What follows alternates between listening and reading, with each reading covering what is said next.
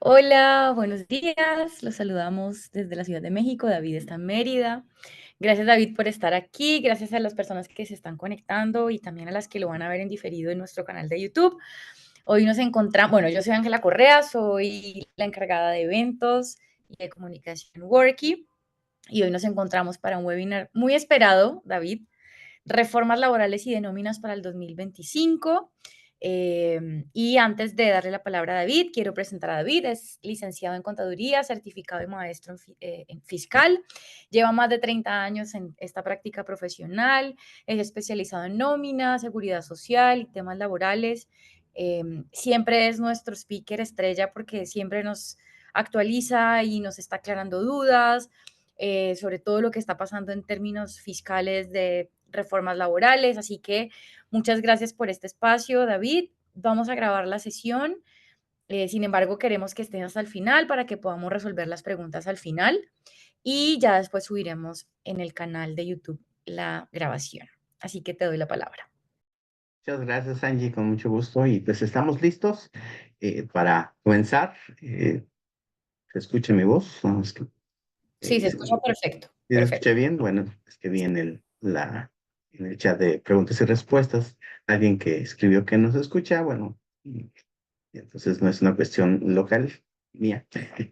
Pues vamos a aprovechar el tiempo. Un saludo para todos los que están conectados y pues la verdad es que hay mucho que comentar, a pesar de que no han ha habido reformas de fondo, pero sí hay muchas temitas, pequeñas reformas, comunicados, criterios que se han ido publicando y que en este inicio de año pues necesitamos estar aplicando en nóminas y en general en recursos humanos en todas estas áreas que estamos muy reglamentados por diferentes materias. Quiero comenzar comentando muy brevemente las últimas reformas a la Ley Federal del Trabajo. Tan solo el año pasado fueron 5 reformas. Con esa velocidad se está modificando la ley y pues es que necesitamos estar al día.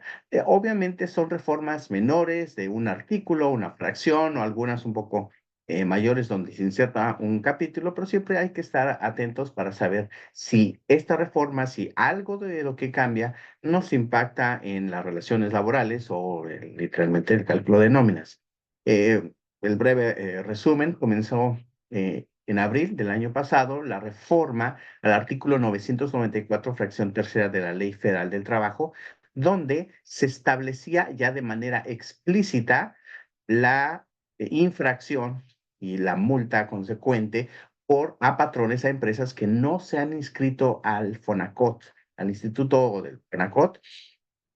Esta obligación nace hace ya un buen rato, en el 2012 se incorpora a la ley, pero curioso, no había una sanción. Y yo quiero pensar que fue que se dio cuenta la autoridad en este periodo del 2022, 2023, porque a las empresas REPSE, las prestadoras de servicios u obras especializadas, uno de los requisitos que marcan los lineamientos que regulan a este tipo de empresas indica que deben estar inscritas en el FONACOT.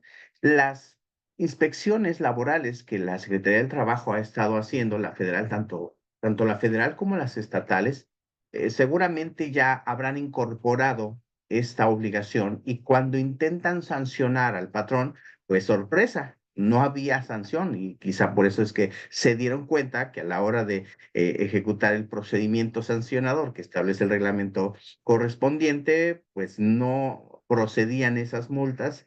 Y creo pensar que ese fue el origen por el cual ahora sí, de manera explícita, está esta sanción.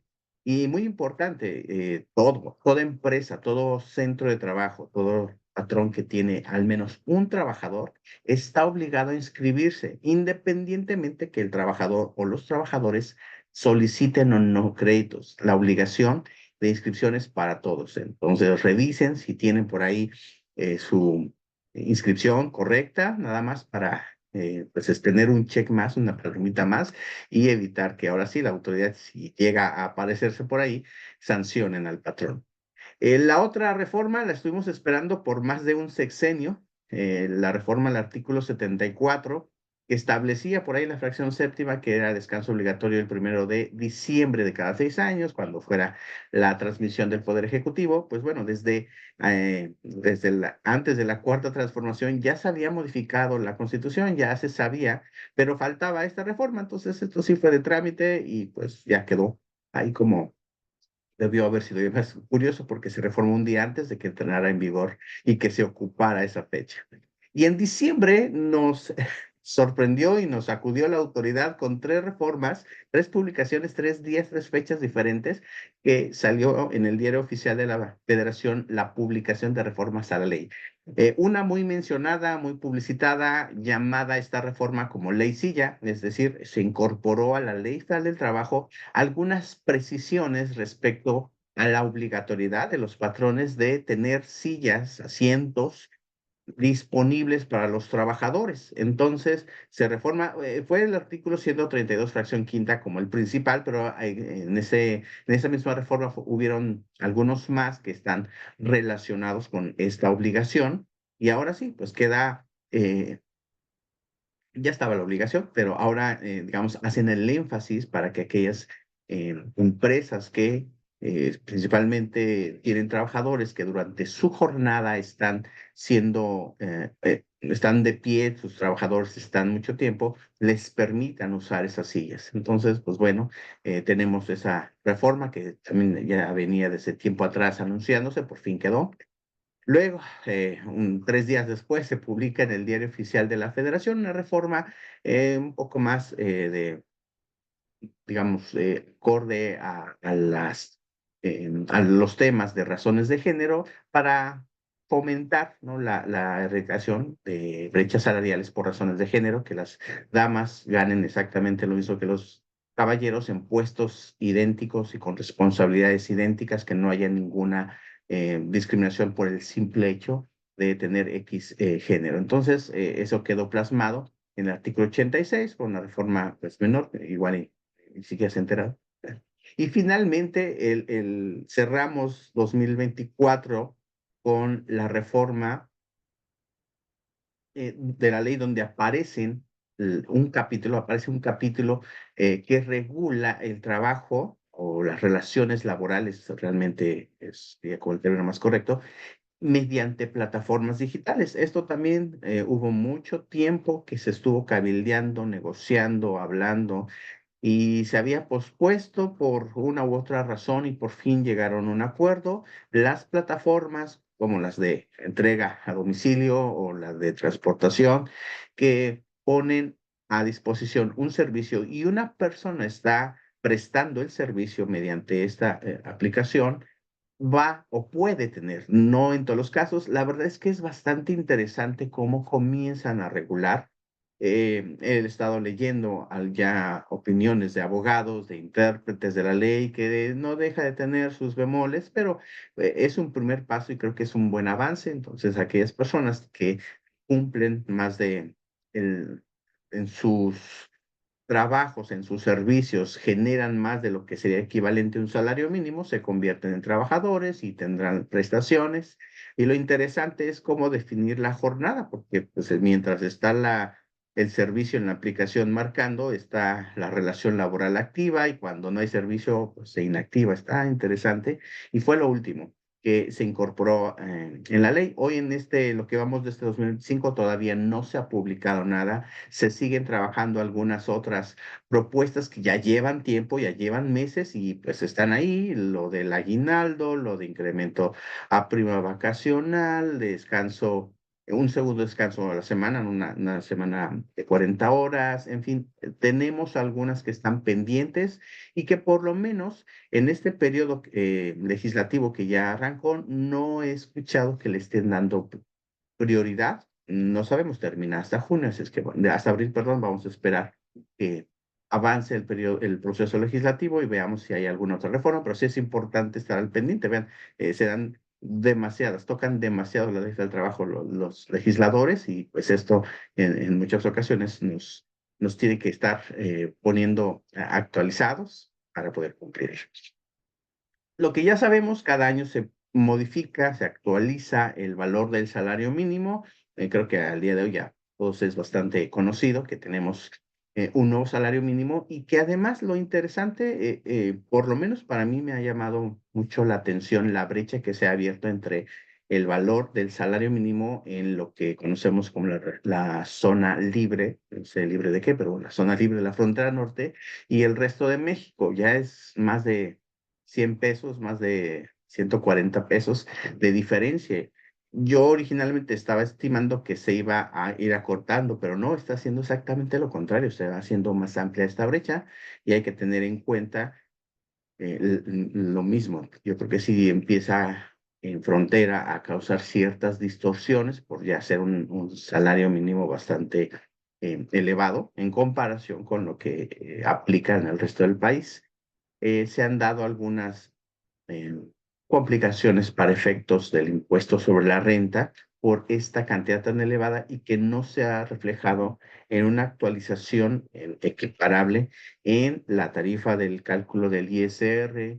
Y ahora, por lo menos, y lo hablaré un poco más adelante, del salario, del subsidio para el empleo, pues bueno, sí llega todavía a aplicar, pero solo al salario mínimo del resto del país. En Frontera Norte llevamos ya un rato que el subsidio pues es un buen recuerdo y no pasa de ahí, ya no tiene mayor impacto.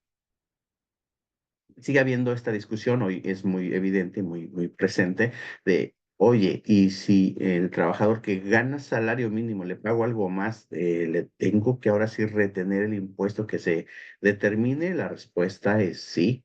La respuesta es efectivamente, oye, y hay muchos que han interpretado, no, es que la obligación de la retención es la que está, la que no aparece en la ley, no la que han quitado, pero no indica que el patrón no deba de pagarlo. La realidad es que hay mucho ya revuelo en la interpretación de la ley.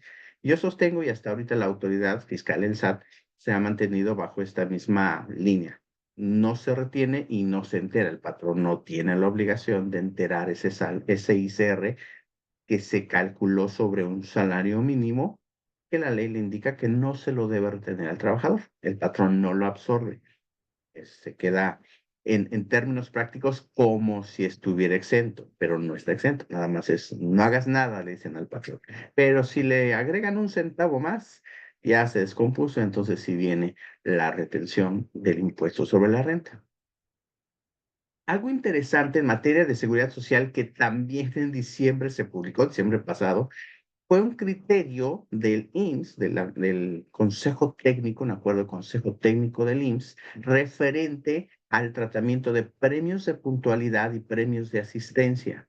Como bien recordamos, la ley del Seguro Social, su artículo 27, en las 9 fracciones que están contenidas en dicho artículo, encontramos el tratamiento de los premios de puntualidad y asistencia que indica están eh, excluidos de integrar salario base. En otras palabras, están exentos. No los integramos si no rebasan de un 10% cada uno. Y eso es todo lo que la ley indica.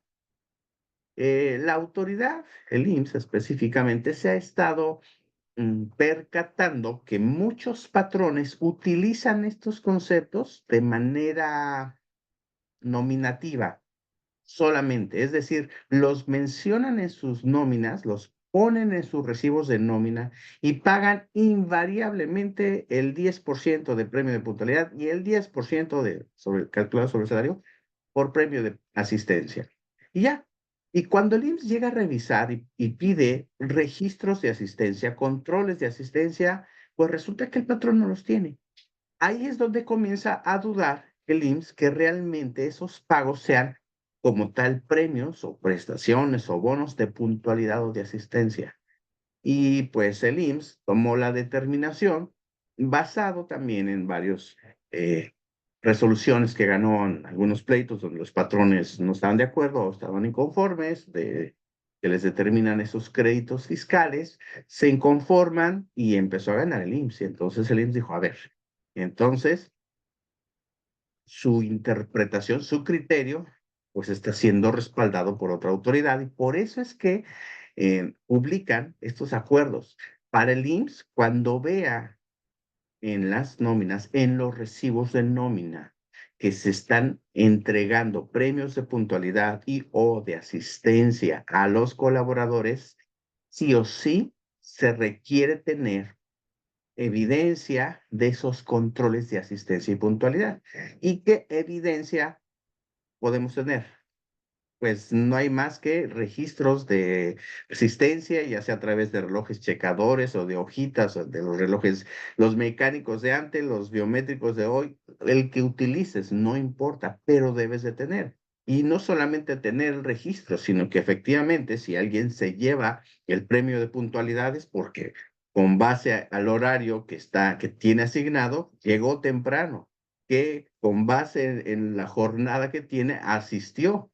Si hay manera de que mediante esos controles se demuestre que se cumplió con la asistencia y puntualidad, el IMSS no va a decir nada, ¿eh? Te va a decir, ok, perfecto, siguen excluidos, no integran salario base y todo bien, sigue haciéndolo como lo has venido haciendo. Pero si no tienes esos controles de puntualidad y asistencia, si nada más están mencionados en los recibos de nómina, el IMSS de inmediato te los va a integrar y te va a determinar un crédito fiscal que vas a pagar y tendrás que inconformarte. Aquí el asunto es de que si metes un medio, un mecanismo de, de defensa, eh, pues también la autoridad jurisdiccional te va a pedir esos controles de puntualidad de existencia y si no los tienes, pues va a confirmar el crédito que el IMSS te haya determinado. Por eso es muy importante, ya no solamente la forma, sino el fondo, tener evidencia. Decimos los contadores, tener evidencia de la materialidad,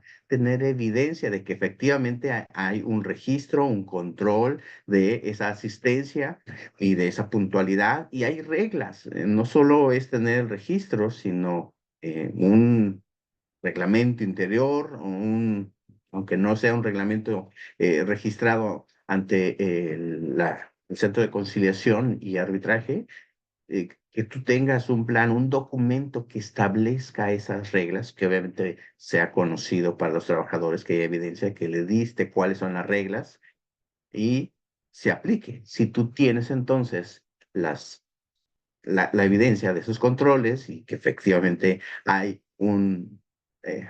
los trabajadores lo ganaron, no hay registro de que sí llegaron puntuales, de que sí asistieron, no tendremos problema. Ahora, es muy común, estos conceptos, es muy común que los veamos en las nóminas, en las empresas. Por eso es que me llama la atención, porque muchos clientes que los he visto y los hemos asesorado, pues resulta que nada más lo tienen nominativo, es decir, solo aparece ahí y no hay registros de asistencia y no hay ningún control, no hay manera de demostrarle que no lo tienen, no lo llevan, solo se utilizó para disminuir el pago de cuotas sobre patronales. Así es que si tú lo tienes, estos conceptos, pues más vale que también tengas tus registros de asistencia, de puntualidad, tu forma de llevar estos controles. eh, y ya para evitar alguna potencial revisión por parte de la autoridad IMSS y pues esto se convierta en diferencias con sanciones, con todo lo que involucra el no pagar a tiempo. Bueno, pues tómenlo presente. Esta es una llamada ya clara de atención, es un anuncio para que todos lo tengamos en cuenta, ¿no? Aquí nos está diciendo el lobo viene, así es que no nos tome desprevenidos, ya sabemos cuáles son las intenciones de la autoridad. ¿Qué más hubo? ¿Qué más hay? Hay varios temas que a lo largo del segundo semestre, más o menos del 2024 y lo que llevamos del 2025, se han estado dando estos cambios o estas reformas o anuncios o como el del criterio de los premios de puntualidad de existencia. También en materia de seguridad social, el IMSS, por allá del 2020, estábamos todos en medio de la pandemia, resguardados en nuestros hogares. La mayoría de los trabajadores no podían asistir al centro de trabajo por las disposiciones que en su momento se establecieron por el gobierno. Y aparece por ahí el buzón IMSS, una herramienta, es una aplicación, un portal web para sustituir la notificación en persona. Ya se tenía el antecedente del buzón SAT y después de que de años, de que apareció en el Código Fiscal de la Federación, que pasó por la prueba de fuego de los amparos y se perdieron los amparos, se perdieron por parte de los contribuyentes, lo ganó la autoridad. El IMSS dijo, pues ya tengo el camino libre, y lanzó su propio buzón con la misma intención. En aquel momento, pues fue una novedad y la idea era que pues ya no mandara a los notificadores en persona, pues por el momento que no se podían hacer estas labores, y si iban a los centros de trabajo no había nadie. Entonces el IMSS se dedicó a desarrollar su aplicación. Fue muy sencilla, yo la conocí, la activé allá en el 2020, en julio, si no mal recuerdo que la lanzaron en julio del 2020, y pues la activé y ahí quedó. Nunca... eh, he visto movimiento desde 2020 hasta recientemente esta actualización. En el Inter hubo por ahí otra reformita menor, pero pues nadie o casi nadie le hacía caso. El año pasado, el 5 de agosto, se publica en el Diario Oficial de la Federación otra vez una actualización de los lineamientos que rigen el buzón IMSS y lo que la autoridad ya está ahora haciendo. De hecho, en ese Inter de 2020 que aparece la 2024, también se reforma la propia ley del Seguro Social para incorporar esta herramienta y como que irle dando un poco de forma y de formalidad, de legalidad a esta herramienta. Lo interesante es que hoy en día, y seguramente si ustedes o quienes están operando la parte de seguridad social entran al ITSS, entran al CIPAR, entran a cualquier aplicación patronal del IMSS y ahí está el recordatorio. Inclusive yo estuve, como mi número de celular está registrado por esa activación de buzón IMSS que hice en su momento, eh, recordatorios. Le dije, oye, pues ya tengo activado. Ah, no, de todas maneras, activa.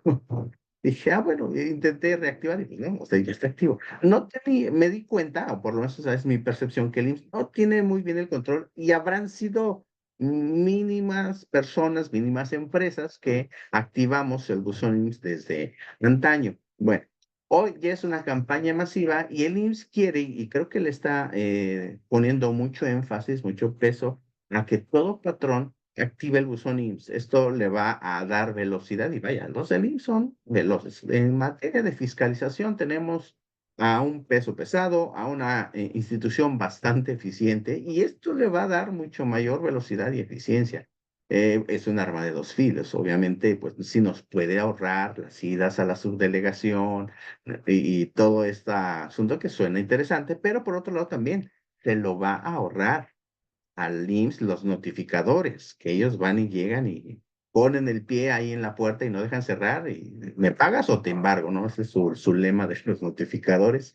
Entonces, con el buzón IMSS, pues esto ya no los vas a tener ahí, pero van a producir los mismos efectos. Y al tercer día que no consultes esa notificación, va a producir efectos jurídicos. Esta es la parte eh, de fondo.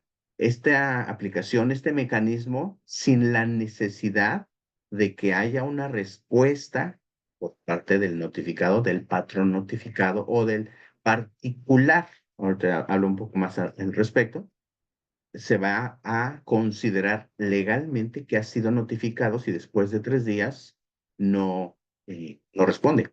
Obviamente, si responde, pues en ese momento se genera el acuse de notificación.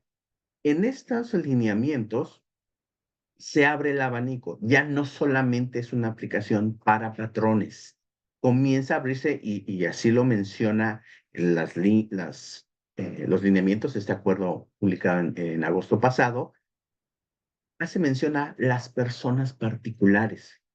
Ya no solo es patrones, ya pueden ser beneficiarios, derechohabientes, ya pueden ser otro tipo de personas que de alguna forma tienen necesidad de acercarse al IMSS por los servicios, por los beneficios, por las obligaciones que la ley imponga. Entonces, se abre a un abanico más amplio de personas que deberemos en algún momento estar utilizando esta herramienta. Yo estimo que a la postre, ya en unos años más, pues va a ser la norma y pues solamente va a ser a través del IMSS que hagamos ciertos procedimientos. Eh, con este cambio en los lineamientos, sí se hace obligatorio el uso para ciertas actuaciones de la autoridad y para ciertos trámites que las personas particulares, y en este caso hablaría de los patrones, ciertos trámites que los patrones tuvieran que hacer. Y dieron un plazo de 180 días naturales para hacer la activación. Esos 180 días se cumplieron hace 10 días, 10, 12 días, o sea, estamos recién, eh, digamos, terminado el plazo y para el IMSS prácticamente quieren que ya todos los patrones tengamos activo el buzón IMSS. Y ese es el énfasis. Yo de repente soy un poco crítico, me gusta cuestionar a la autoridad y le preguntaba, pues dime cuál es la obligación, ¿no? Sí menciona, y por eso aquí extraigo de estos lineamientos el numeral tercero, que define quiénes, qué personas son sujetas a cumplir con esos lineamientos. Entiéndase, a activar el buzón. Entonces, no queda nada claro de que sea a todos los patrones. No, aquí está indicando a ciertos patrones o ciertas personas particulares. ¿Quiénes? Uno, quienes realicen actuaciones a través de esta herramienta o quienes sean destinatarios. En otras palabras, quien tengan que usar el buzón IMSS para atender a los requerimientos de la autoridad o quienes presenten algún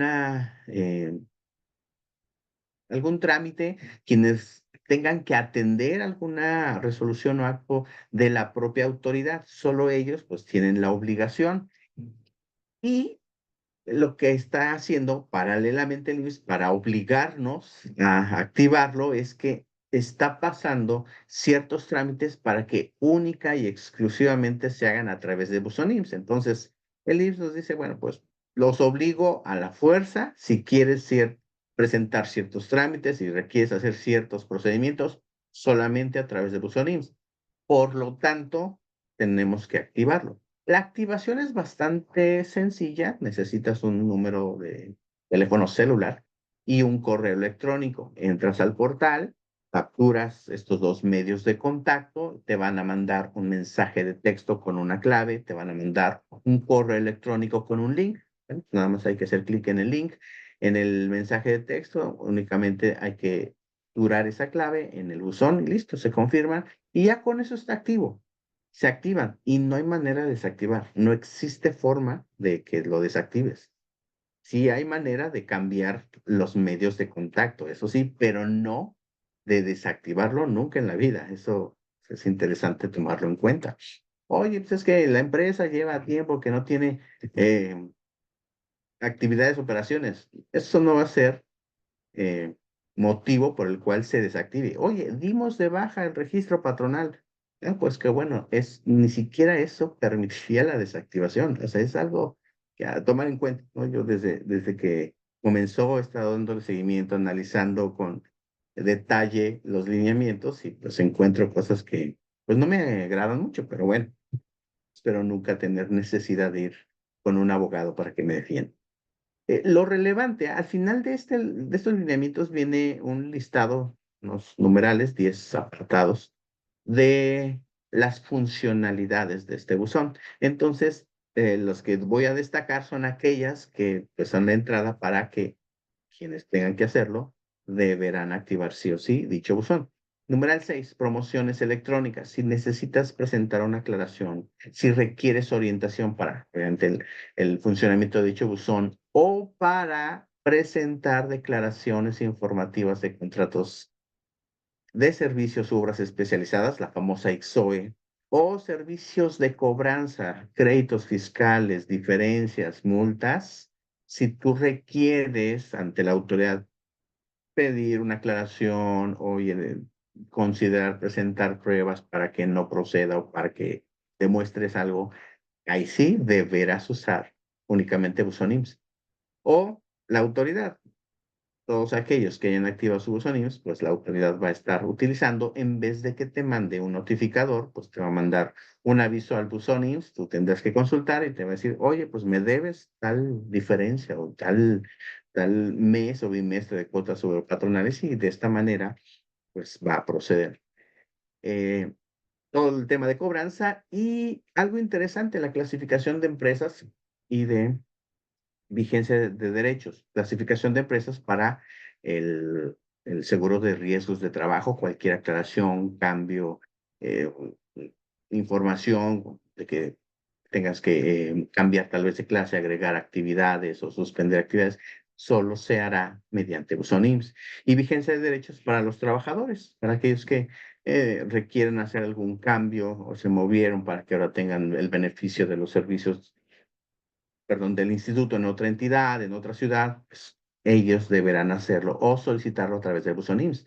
Por eso enfaticé al inicio de que no es una aplicación solo para patrones, es para personas particulares, entre ellos pueden ser beneficiarios o derechohabientes. Pues de manera general, esto es lo que está hoy en día el IMSS, pues poniendo mucho énfasis. Si ya lo activaron, pues de hecho lo activas y ya no pasa nada. Y si estás cumpliendo puntualmente con las obligaciones, hablando como patrón, no requerirás el bus IMSS para nada. Ni siquiera te acordarás que lo tienes activo. Pero si te portas mal, entonces sí, la autoridad te va a tener a un clic de distancia. Suena tétrico, pero bueno, esperemos que no sea tan problemático. Finalmente, lo que hoy en día conocemos de los indicadores que usamos en las nóminas, al calcular nóminas, ya sabemos que la unidad de medida y actualización publicada por el INEGI en el mes de enero, cada mes de enero, se actualiza su valor conforme a la inflación y pues no fue la excepción. Ya hoy creo que ya todo el mundo ya nos aprendimos el 113.14, ya nos olvidamos del 108.57 y pues bueno. Interesante el que, sí bueno, los que estamos en nóminas, así es, casi un deber memorizar estos valores porque los usamos tiro por viaje. Lo que quiero comentar y meter un poco más es al valor de la unidad mixta Infonavit, de esta rareza que la autoridad se sacó de la manga, como Xiaomi, porque ha tenido un comportamiento extremadamente errático, un comportamiento que no nos gusta, que no nos da certeza. En primer lugar, la ley del Infonavit, que se reforma ya en el 2016 después de esta reforma constitucional, donde aparece la UMA, el Infonavit tenía en ese momento la gran mayoría de créditos denominados en veces salarios mínimos, entonces ese cambio iba a hacer una afectación muy fuerte a los trabajadores que tenían esos créditos. Entonces, durante todo 2016 se comenzó a hacer el cambio legal para sustituir los créditos, tanto el valor del saldo del adeudo como el monto a descontar, sustituir el valor del salario mínimo y utilizar otro valor. em, que no fue la UMA. Si leemos, si analizamos la ley del Infonavit, establece un mecanismo basándose en la inflación. Digamos que intentando, que no lo hace, pero intentando replicar la actualización que se hace con la UMA. Con la UMA sí está bastante clara el procedimiento de actualización y cuándo comienza y quién lo publica. Se publica en el diario oficial, todo está bastante claro. Hay una ley de la UMA, tiene 5 artículos, pero bueno, todo está bastante fundamentado, ¿no? Legalmente. La UMI no existe en ninguna ley, no existe en ninguna norma jurídica. El IMSS literalmente se le sacó de la manga y le ha comenzado a dar los valores que quiere, a pesar de que en la ley del Infonavit existe un procedimiento por ahí para la actualización. El Infonavit, pues cuando quiere lo aplica y cuando no. Me llamó la atención que en el 2018, que hubo elecciones, pues hizo lo que quiso, puso el valor que quiso. En el 2021, otra vez. Este año, pues ya como que estábamos un poco confiados en que seguiría el procedimiento de la actualización del último año Y sorpresa, más de uno, bueno, realmente muchas personas no creían que no iba a cambiar el valor. Cuando yo lo veo en el portal del Infonavit, del portal empresarial, que indica valor de la UMI para el 2025, el valor de la unidad mixta Infonavit para el 2025 es de 100.81, que es el mismo valor que el 2024. Pues yo dije, así dice, pues ya, o sea, no, ni chiste nada, pero sí me llamó mucho la atención y seguí investigando. Pues no, no había ningún otro indicación de parte del Infonavit de que este fuera un valor provisional y después lo actualizar, ¿no? Ese es el valor. Lo que sí actualizó, donde sí aplicó el procedimiento que menciona la ley, es en el saldo de los créditos. Entonces, bueno, em, hoy creo que pues ya no tenemos pues, más que resignación, decir, pues ese es el valor y ya, no chistamos más. Sí, es un dato bastante latoso, que al final, aunque hoy lo publicó la autoridad, no lo creíamos, en otras ocasiones nos queríamos anticipar y la autoridad sale con otro valor el que se le ocurre. Entonces, pues bueno, son anécdotas que quedan hoy en día para los pocos trabajadores, porque eso sí, han estado trabajando los del Infonavit arduamente para eh, cambiar los valores o la determinación del crédito y del saldo y de las amortizaciones, cambiar de ese salario mínimo, de un factor de descuento, a importe monetario. Ya cuando es monetario ya no hay tanto problema, ya sabes la cantidad y no tienes que hacer conversión de nada.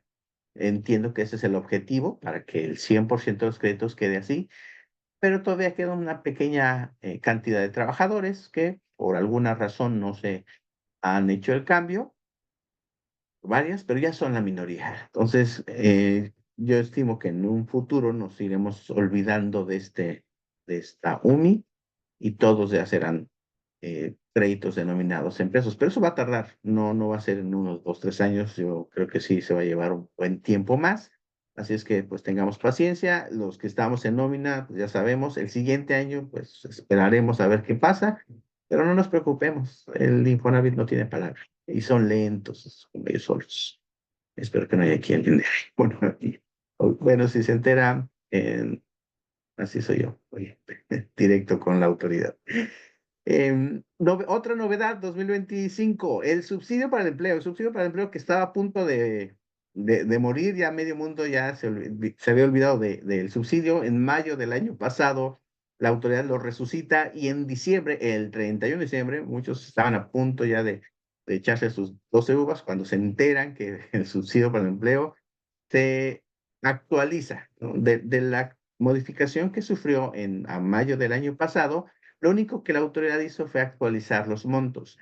Em, Desde un inicio, pues había dejado cantidades de manera específica en pesos, no denominadas en UMAS, y era exactamente el límite de ingresos que indica quién tiene derecho, quién tiene posibilidad de que se le aplique el subsidio. Eso quedó en pesos, no se definió en UMAS. Lo que sí se definió en UMAS fue el monto del subsidio. Entonces, pues ya no es necesario que la autoridad lo actualice si está en UMAS. Se actualiza la UMAS, se actualiza el subsidio. Pero bueno, la autoridad volvió a reafirmar y además cambió los porcentajes. De un 11.82 lo incrementa a un 13.8 del valor de la UMA mensual, pero en un transitorio menciona que el mes de enero, que todavía está vigente el valor de la UMA del año anterior, pues lo puso un porcentaje mayor para que durante todo 2025, desde enero hasta diciembre, la cantidad mensual de subsidios sean la misma, 475 pesos cerrados, ¿no? Redondeados a entero. Y lo que se actualizó también fue la cantidad de ingreso grabado al mes que determina a quién se le aplica subsidio y a quién no. Y hoy quedó en 10.171. Quien rebasa esta cantidad ya no tiene derecho a que se le aplique el subsidio. Quien no rebasa, si sus ingresos grabados en el mes no rebasan esta cantidad, se le va a aplicar y por lo tanto va a pagar menos impuestos, se le va a retener menos impuestos sobre la renta en el mes. Y pues esto, obviamente, todos los sistemas de nómina ya deben de tenerlo aplicado, ya no debiera ser problema, porque va a ser un solo monto desde enero hasta diciembre. No va a haber este brinco de que en enero hay un valor de la UMA y de febrero en adelante ya no, no, va a ser el mismo monto a lo largo de los 12 meses. Hubo un retraso por parte del SAT en la actualización de estos 475. Varios, no sé si a ustedes les pasó, que al querer timbrar nóminas, ya con este valor salía un error desde el propio proveedor de servicios, de que el subsidio, el monto del subsidio causado,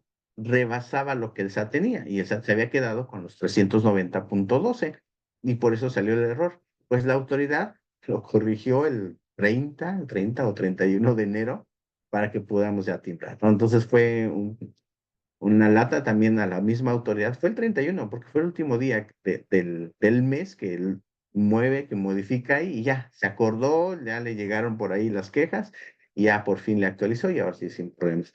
Pero vaya, si hasta la misma autoridad lo deja al final, pues qué ejemplo, ¿no? Para los ciudadanos que queremos cumplir a tiempo y pues no, la autoridad no nos permite. Hoy en día ya no debe haber problemas para el timbrado de recibos y aplicando el subsidio para empleo con estos valores actualizados y que estarán vigentes a partir del 1 de enero. ¿Qué va a pasar en 2026? No lo sabemos. Por lo menos el monto del subsidio sí se va a actualizar.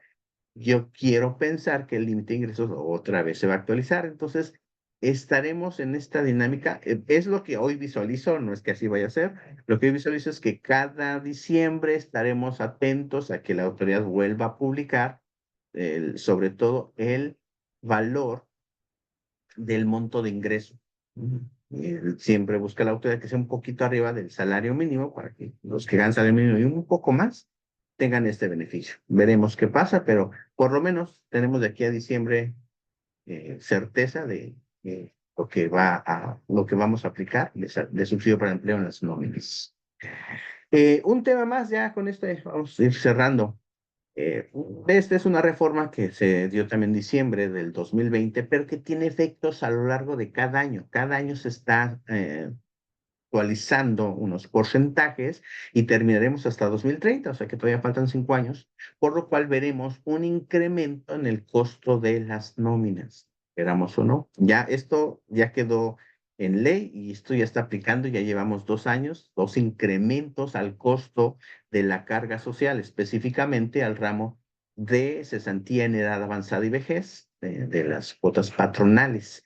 Se incrementó el problema de que termina, o más bien que comienza la generación Afore de trabajadores a pensionarse en 2021 y pues no alcanzaban más que a cubrir el 30%, que el monto de la pensión mensual alcanzaba a cubrir el 30% del último salario. Pues es una locura, es un insulto.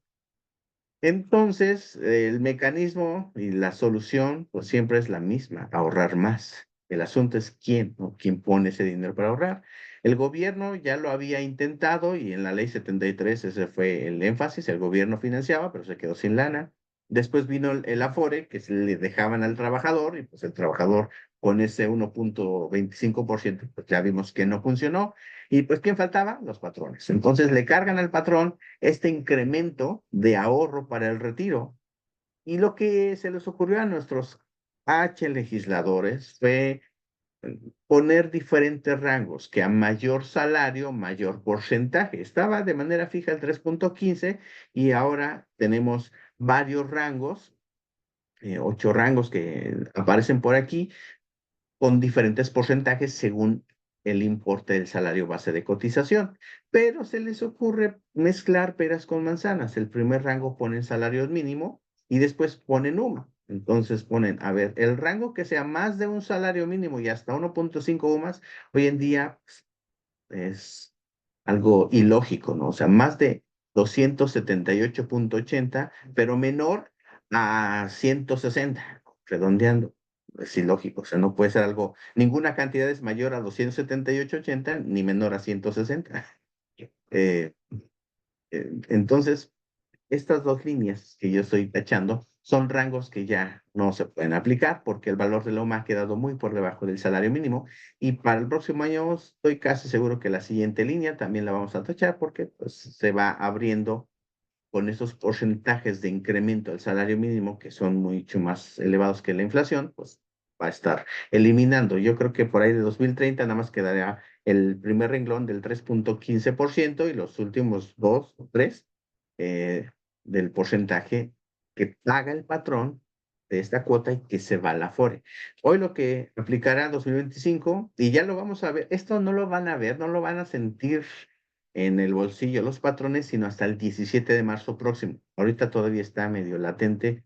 Ya se dio el incremento, ya los sistemas de nómina lo están calculando, ya los contadores lo estamos provisionando, pero le va a tocar el bolsillo de los patrones el 17, a más tardar el 17 de marzo, que es cuando se paga el primer bimestre.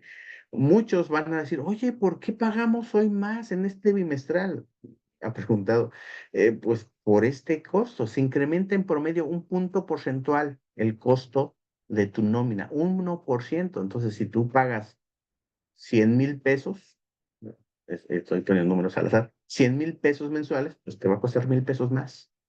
Si pagas 1,000,000, son 10,000 pesos más. Entonces, sí, sí va a ser, sí es notorio, sí, sí, sí es notorio si tú te fijas en los números a detalle, ¿no? Si no te fijas a detalle, tal vez no es tan notorio y dependiendo pues, lo que cuesta tu nómina, pero al final está creciendo y si lo comparamos con lo que estuvo pagando en 2022, sí, ya se duplicó prácticamente y todavía le falta otro largo trecho de alrededor de un 5%, no, un poco más del 5%.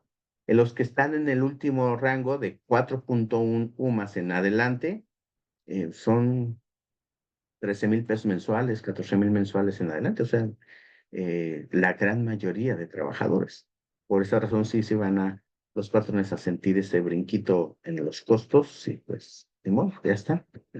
No hay para dónde hacerse. Pues es lo que hoy tenemos. Mm, Dejo unos últimos minutitos por si hay algunas preguntas que estén por ahí ya exponiendo para poder dar respuesta. Sí, abrimos la sesión de preguntas. A ver, Hay una espera. pregunta de Magdalena León. Dice, mediante este buzón IMSS, ¿podemos mandar los ST7 contestados?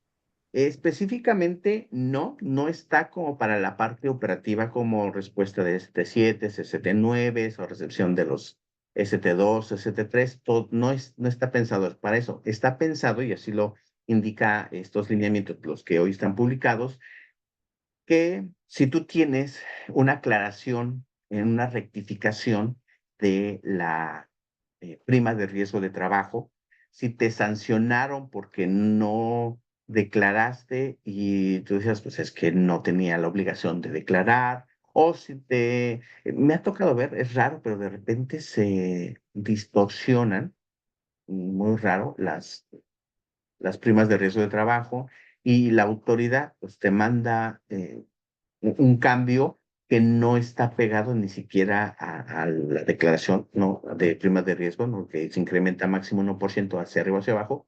No, he visto que de repente la autoridad lo baja a varios puntos porcentuales sin ningún sustento. Me ha tocado ver donde la autoridad te manda un porcentaje y aunque ya haya cambiado porque tú presentaste la declaración, se mantiene. Eh, y dices, bueno, ¿por qué no lo actualiza? No lo sé. Hay que entrar con aclaraciones y para eso es lo que ahorita estaría funcionando el buzón, para aclaraciones, para trámites, para peticiones, no para lo ordinario, por el momento. ¿No? Por el momento es lo que tenemos ahí. Rocío, respecto a buzones, ¿podemos solicitar información de incapacidades de empleados? No, fíjate que sería interesante, si a mí me preguntaran, no me han preguntado, si me preguntaran, yo le diría al IMSS, a ver, si tú quieres que el buzón IMSS se eche a volar, eh, todos los trámites que tenemos en escritorio virtual, mándalos a buzón IMSS. Todo el ITSE, mándalo a buzón IMSS. Y no, bueno, para mañana todo el mundo estamos activando el buzón IMSS. Pero no, todavía no. Es más, si entramos, eh, no hay todavía todo el menú, toda de lo que viene en los lineamientos, todavía ni siquiera tenemos los apartados específicos. Entonces, eso, pues creo que la autoridad va lento y pues, sí sería padre decirte, sí, ya podemos consultar más. La realidad es que no. Es más, de las emisiones, por lo menos podríamos entender que tal vez sí se pudiera descargar. La realidad es que no solamente encuentras ahí el archivo de la línea de captura que te genera, que encuentras en el CIPARE por default, eso sí lo encontramos, pero nada más. Y no las EMAs, las EVAs, tampoco está ahí. Déjenme ver si les puedo proyectar cómo se ve al interior, en lo que vemos otras preguntas. Asael Barrera, buen día. Una duda rápida. Al realizar el cambio de la UMA con fecha 1 de febrero, ¿tengo que mandar la actualización de los trabajadores que están topados con este nuevo factor de 2.714.25 a 2.828.50? Respuesta es sí. Una respuesta rotunda es sí. Revisa, ahorita todavía estamos en tiempo, aunque extemporáneo, pero pasa sin mayor problema. Revisa, recalcula, ¿no? Que hay veces nos olvidamos de actualizar por el incremento de antigüedad o los días de vacaciones, pues el salario base de cotización. Recalcula con fecha 1 de febrero los salarios base y lo que te dé, lo que rebase de los 2.714 y que esté en ese rango de hasta los 2.828, sí, mándalos. Y es un deber ser porque si se da cuenta la autoridad, pues nos podría por ahí jalar de orejas. Sí, ándale. Magdalena, gracias. También quisiera preguntar sobre ley silla. ¿En las industrias nos aplica? Existe desde antes de esta reforma la indicación que no va bueno, es obligatorio para todos los centros de trabajo que sean eh, comerciales y de servicios. Y las industriales, empresas industriales, únicamente van a ser eh, obligatorias, bueno, se va a aplicar siempre y cuando por cuestiones de seguridad lo se permita, no afecte con la seguridad solamente. Entonces, sí hay cierta consideración para actividades industriales, empresas industriales, pero de servicios y comerciales, ahí sí es invariablemente que les aplica. Viviana Lobato, para el registro Fonacot, ¿hay fecha límite? Sí, fue el 1 de junio del 2012. Ya tiene mucho tiempo que esta obligación apareció en la ley, pero pues como fue algo minúsculo y nadie le dio mucha atención en su momento, pues se quedó ahí. Pero ya de que existe la obligación es hace mucho tiempo. Entonces, hoy en día con la reforma simplemente es que a la Secretaría del Trabajo, a la Inspectoría del Trabajo le están dando facultades para imponer sanción. Entonces, mientras no te llegue una inspección laboral, pues tienes chance. ¿Cuándo va a llegar? ¿Quién sabe? Entonces, más vale que eh, nos anticipemos. Victoria Vázquez pregunta, somos una empresa metalmecánica, nos aplica la ley silla, nos corresponde, me puedes explicar un poco más. Digamos que la parte industrial, no, y metalmecánica es alto peligroso. Tienen procesos que son donde eh, su diagnóstico de riesgos y ¿cómo se llama? El de la SP30, ya no me acuerdo bien todo el tema de seguridad que se establece. eh, Posiblemente los pasillos deban de estar despejados, posiblemente ciertas áreas de manera expresa indique que no deben de tener asientos, sillas o algo por decirlo. Entonces, en ese caso, no tendrían que cumplirlo. Ahí están eximidos, como está hoy en día la ley, o como quedó. Entonces, por ese lado no habría mayor, eh, digamos, presión para tener que cumplir con esta disposición. Solamente esto aplica a empresas industriales, empresas de servicios, empresas de oficinas. Eso sí les aplica, como se le sigue. María Rodríguez, hola, buenas tardes, el IMSS, ¿podemos descargar emisiones? No. Bueno, a ver, de hecho ya aquí ya lo abrí. Les comparto, no sé si lo conozcan, no que lo han visto. Este es el buzón IMSS. Estoy dentro de una en patrón, les digo el que registré, que no tiene grandes movimientos. Y aquí tiene estos menucitos que ven, están todos raros. Aquí es lo que se pueden ver, es autorización de opiniones de cumplimiento. Si es que funciona. Desde la semana pasada ha estado los servicios, entonces, los servicios digitales del IMSS fallando. Qué triste, ¿verdad? Vamos a ver si logro. No, pues ya. Intentar eh, volver a entrar. A ver si se logra.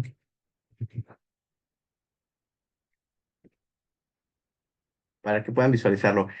Pero no, lo que son las emisiones, no. Lo que es solo la línea de captura, sí. Vean, aquí en este menucito, está bien lindo.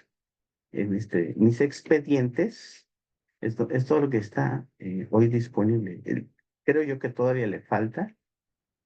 Está lento, no está funcionando. Pero bueno, lo único que puedes descargar es la línea de captura, la que encuentras en el CIPAR. Es lo único, es lo máximo. Pero las emisiones como tal.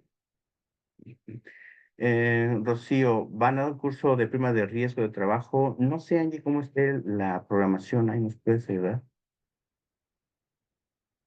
Ya tenemos que Mientras consulto. hacerlo en 3 minutitos. Ok. Bueno, ¿quién más? Se puede consultar incapacidades por riesgo de trabajo en el escritorio virtual.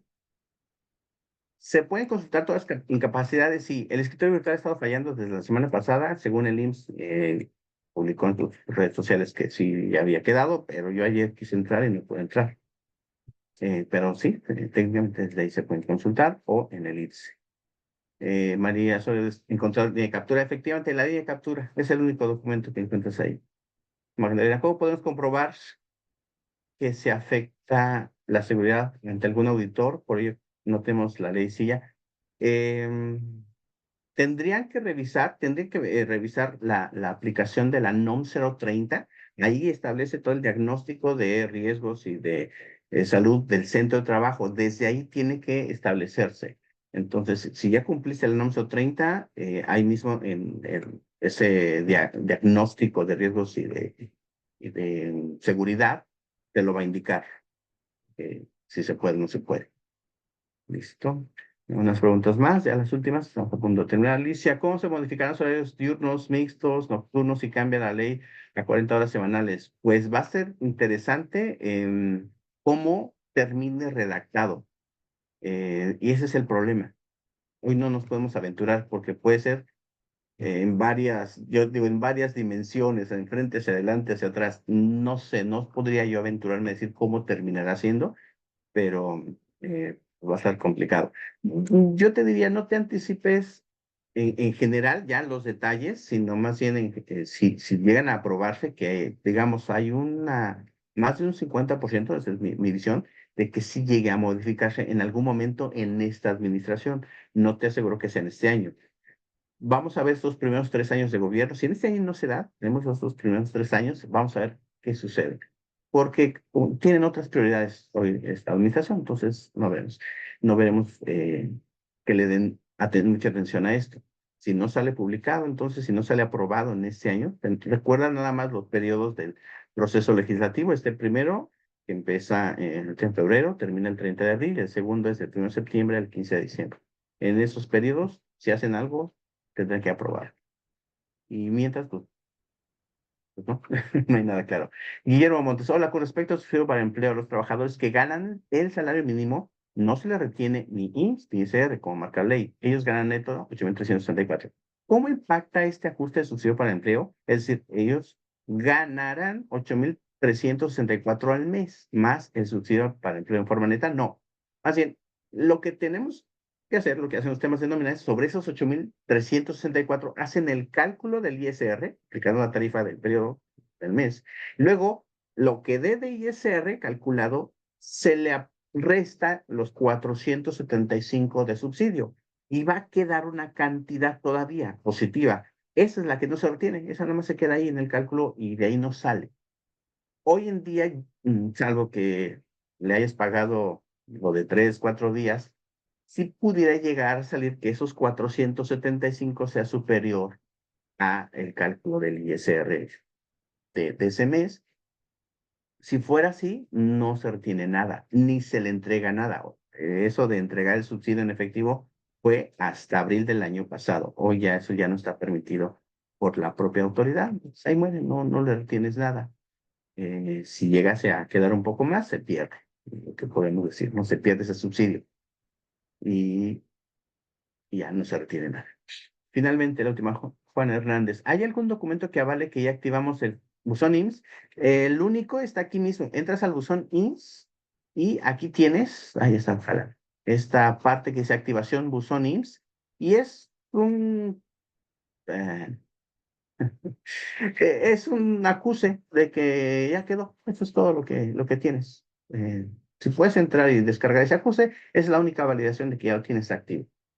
Y si no, si entras ahí donde le dice clic de activación y te pide tu firma electrónica y te pide hacer clic en aceptar términos y condiciones, eh, significa que no tienes activo. Si te manda a la parte donde tienes que capturar el celular y el correo electrónico, es que no lo tienes activo.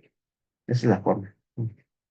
Listo, Angie. Pues llegamos Ya. al fin. La verdad es que dio mucha lata su buzón. Bueno, les agradezco muchísimo, te agradezco mucho, David, también a las personas que estuvieron conectadas. Vamos a enviarles un enlace cortito para que puedan responder una encuesta con 3 preguntas y también motivarlos para que se sigan inscribiendo a los próximos eventos y webinars. Ayer, por ejemplo, tuvimos un evento presencial, el 5 de marzo tenemos otro presencial, no, ese va a ser virtual. Entonces, es para que estén pendientes de todo lo que estamos haciendo desde Worky, en las redes sociales, los correos electrónicos que enviamos. Así que muchas gracias, David, y nos vemos en una próxima. Sé que va a ser pronto porque además viene PTU. Bueno, vienen varios temas importantes que queremos compartirles a ustedes. Así que muchas gracias y nos vemos en la próxima. Chao. Saludos, chao.